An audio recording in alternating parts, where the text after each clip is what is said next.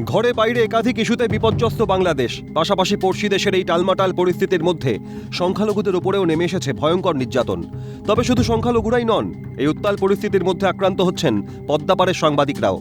জানা যায়, বৃহস্পতিবার রিপোর্টার্স উইদাউট বর্ডার্স নামক একটি সংগঠনের তরফে এ নিয়ে প্রতিবেদন প্রকাশ করা হয়, যেখানে বলা হয়েছে চলতি বছরে কাজ করতে গিয়ে বিশ্বজুড়ে 54 জন সাংবাদিকের মৃত্যু হয়েছে।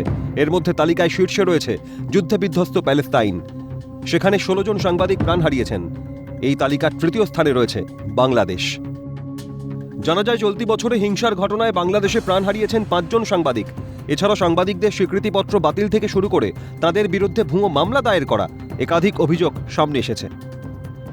প্রসঙ্গত, মাস কয়েক আগে বৈষম্য বিরোধী ছাত্র আন্দোলনের জেরে উত্তপ্ত হয়ে উঠেছিল বাংলাদেশ। অভিযোগ, সেই সময় খবর সংগ্রহ করতে গিয়ে আক্রান্ত হন বহু সাংবাদিক। সেই সঙ্গে হামলা চালানো হয় একাধিক সংবাদপত্রের দফতরে।